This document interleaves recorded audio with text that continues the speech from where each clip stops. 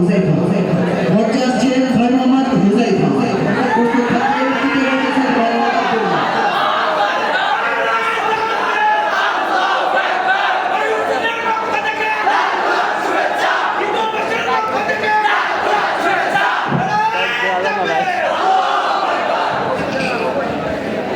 السلام عليكم ورحمة الله وبركاته. نحمده ونصلي على رسوله الكريم. أما بعد فقد قال الله تعالى: إنما يخشى الله من عباده العلماء.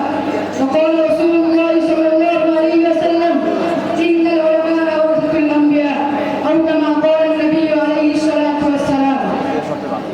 ঐতিহ্যবাহী নুরানি তালিমুল কোরআন মুসলিম মাদ্রাসা মুহাম্মদুল্লাহ ছাত্রবাড়ির কর্তৃক আয়োজিত আজকের এই মাসিক বক্তৃতা সেমিনারের সম্মানিত সভাপতি, বিজ্ঞ বিচারক মণ্ডলী ও সুদক্ষ পরিচালক এবং আমার সঙ্গে উপবিষ্ট বাংলার প্রত্যন্ত অঞ্চল থেকে আগত রয়েছেন বিকাশিত আমার সকল ছাত্র ভাইরা, আপনাদের সকলকে জানাই আমার পক্ষ থেকে আন্তরিক শুভেচ্ছা ও বরকত।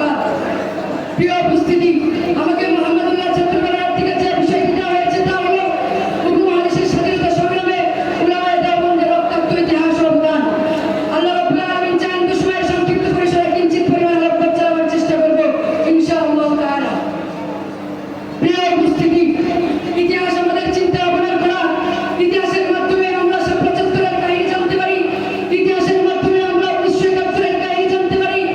সুতরাং এই ইতিহাসকে গড়ে তুলেছিলেন আল্লামা মাহমুদুল হাসান দেওবন্দি রাহিমাহুল্লাহ, আল্লামা হুসাইন আহমদ মাদানী রাহিমাহুল্লাহ, আল্লামা কাসেম নানতুরি রাহিমাহুল্লাহ, যারা এই উপমহাদেশকে স্বাধীন করার জন্য জান প্রাণ দিয়ে মেহনত করেছিলেন এবং অনেক রক্ত ব্যয় করেছিলেন। এমনকি সেখানকার কোনো কাজ বাকি ছিল না যেখানে উলামায়ে দেওবন্দের রক্তাক্ত ইতিহাস কোনো ঢুকায়নি।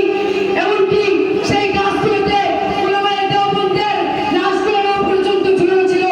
সুতরাং ওই মুর্শিদের বিরুদ্ধে আজ অনেকেই বিরোধিতা করে, তাদের বিরুদ্ধে কথা বলে, তাদের কওমি মাদ্রাসাদেরকে ধ্বংস করে দিতে চাই, কওমি মাদ্রাসাকে নিঃশেষ করে দিতে চাই।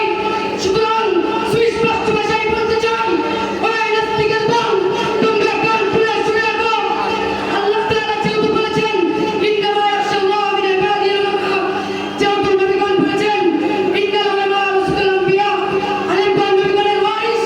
সুতরাং যারা আলেমদের বিরুদ্ধে থাকে তারা আলেমদের শত্রু, নবীর শত্রু, আল্লাহর শত্রু। আর আল্লাহর শত্রুকে আল্লাহর জমিনে কোনো ঠাঁই দেওয়া হয় না, কোনো ঠাঁই দেওয়া হয় না।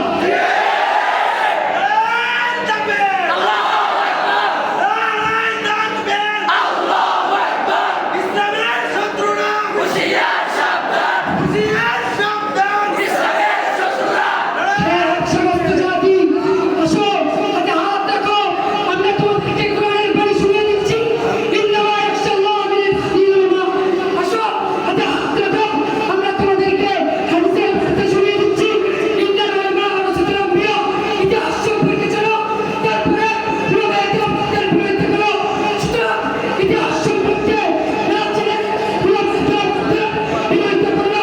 সুতরাং এত হুঁশিয়ার এবং সতর্ক করার পরেও যারা উলামায়ে দেওবন্দের বিরুদ্ধে করবে তাদের প্রয়োজনে আবারও ৭৫ কেন, আবারও ১৯৭১ কেন, আবারও ১৯৭১ কেন।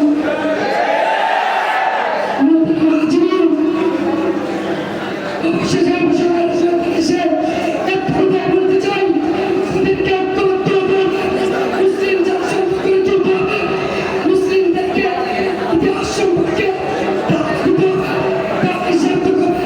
আজকের এই সেমিনার মাশাআল্লাহ।